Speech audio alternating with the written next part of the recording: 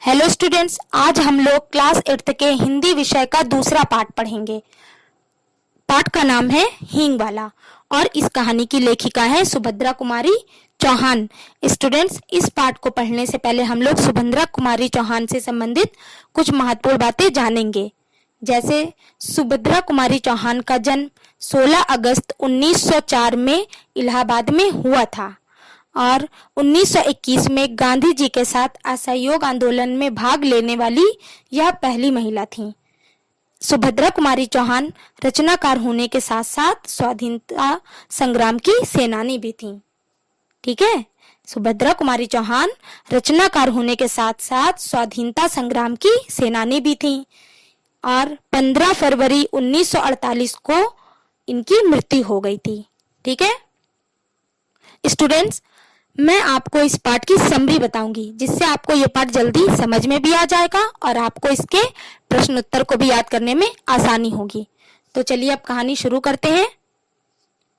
ठीक है, इस कहानी में एक हींग वाला है जिसका नाम है खान और एक औरत है जिसका नाम है सावित्री और सावित्री के 4 बच्चे हैं। ओके, तो एक दिन हींग वाला यानी खान सावित्री के घर हींग बेचने जाता है। कहता है कि अम्मा हींग ले लो, लेकिन सावित्री खान से हींग लेने से मना कर देती है क्योंकि कुछ ही दिन पहले उसने खान से हींग खरीदी थी। इसलिए वो खान से कहती है कि नहीं, मुझे हींग नहीं चाहिए, मेरे घर में अभी हींग रखी हुई है। लेकिन खान कहता है कि अम्मा थोड़ी सी ही ले लो क्योंकि मुझे अपना देश जाना है, मैं अपने देश जाने वाला हूँ, इसलिए थोड़ी सी ही ले लो। लेकिन सावित्री फिर भी मना कर देती है। तो खान कहता है कि अम्मा थोड़ी सी ही ले लो, मेरी आज बोनी करा दो, मुझे तुम्हारे हाथ से ही बोनी करानी है। यहाँ पर बोनी का अर्थ है मतलब कि किसी व्यापारी के द्वारा किसी दिन की जाने वाली पहली बिक्री, उसको बोनी कहते हैं।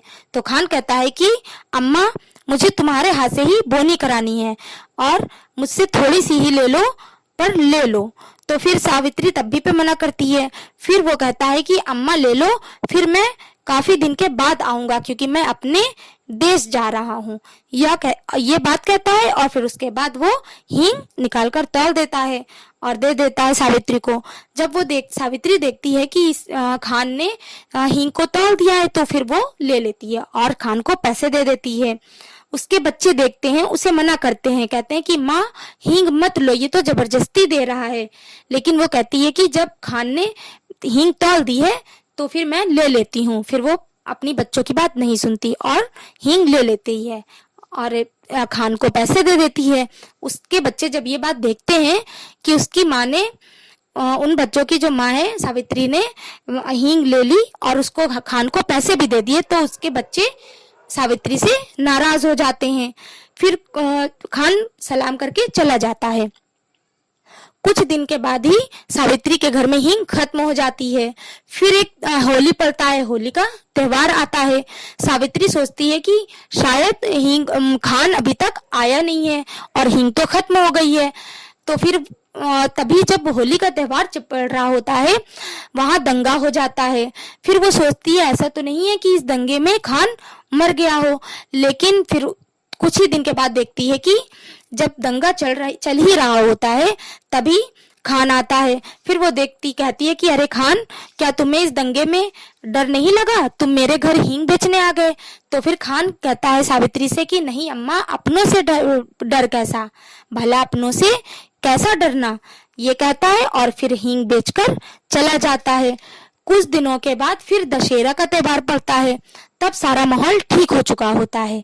लेकिन फिर जो उसके बच्चे होते हैं सावित्री के, वो कहते हैं कि मुझे दशहरा का मेला देखने जाना है, दशहरा का जुलूस निकलने वाला होता है। तो सावित्री के बच्चे जिद करते हैं, कहते हैं कि माँ मुझे भी जुलूस देखने जाना है। लेकिन सावित्री सोचती है कि मैं इनको कैसे जाने दूं, क्योंकि सावित्री का एक जो बच्चा था वो बहुत छोटा था, चौथे नंबर वाला जो उसका बच्चा था वो बहुत छोटा था। तो वो सोचती है कि मैं इसको छोड़कर कैसे मेले जाऊं, क्योंकि जो उसके पापा थे, जो उनके बच्चों के जो पापा थे वो भी बाहर गए हुए थे। तो वो अपने बच्चों से मना करती है और उनको प्रलोभन भी देती है, मतलब लालच भी देती है बहुत सी चीजों का। प्रलोभन मीन्स होता है लालच। तो वो बहुत सी चीजों का लालच देती है कि मैं तुमको ये मंगा के दूंगी, मैं तुमको वो चीज दे दूंगी, लेकिन उसके बच्चे नहीं मानते हैं। फिर उनका जो नौकर होता है सावित्री का, श्यामू उसका नाम होता है, कहता है माँ जी भेज दीजिए, मैं भी तो इनके साथ रहूंगा और मैं इनको जुलूस दिखाकर वापस ले आऊंगा। तो फिर वो सोचती है कि चलो ठीक है भेज देते हैं।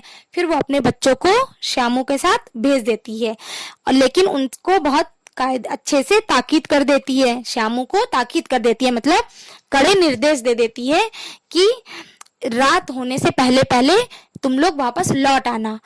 फिर वो लोग मान जाते हैं। फिर जब श्यामू उनके बच्चों को लेकर जाता है घूमने के लिए, जुलूस दिखाने के लिए, फिर वहां अचानक से दंगा हो जाता है। जब दंगा हो जाता है तो लोग भागने लगते हैं। फिर सावित्री देखती है घर के बाहर कि इतनी देर हो गई है और अभी तक बच्चे आए नहीं हैं। फिर देखती है कि काफी लोग दौड़ते हुए आ रहे हैं। वो कुछ लोगों से पूछती है कि क्या हो गया। जैसे उसको पता चलता है कि अचानक से दंगा हो गया, वो बहुत घबरा जाती है। फिर वो बहुत परेशान हो जाती है। वो सोचती है कि मैंने क्यों भेज दिया अपने बच्चों को। और जो उसका नौकर श्यामू होता है वो भी उनके बच्चों को छोड़कर मेले में चला जाता है। फिर वो काफी रात हो जाती है। फिर अचानक से देखती है कि उसके दरवाजे पे कोई खटखटा रहा होता है, तो कुंडी खटखटाता है। फिर वो जैसे जाकर खोलती है, देखती है कि खान उसके तीनों बच्चों कर लेकर, उसके जो तीनों बच्चे हैं उनको लेकर आ गया है। वो अपने तीनों बच्चों को देखकर खुश हो जाती है और उसके बच्चे कहते हैं कि माँ ये खान तो बहुत अच्छा है, ये इसने ही मुझे बचाया है। श्यामू तो हमें मेले में ही छोड़कर भाग गया था। जब दंगा हो रहा था तो श्यामू ने हम तीनों को छोड़ दिया था, तब खान ने ही हमें बचाया, वरना हम लोग वहां दंगे में मारे जाते। खान तो बहुत अच्छा है, ये कहकर खुश हो जाते हैं।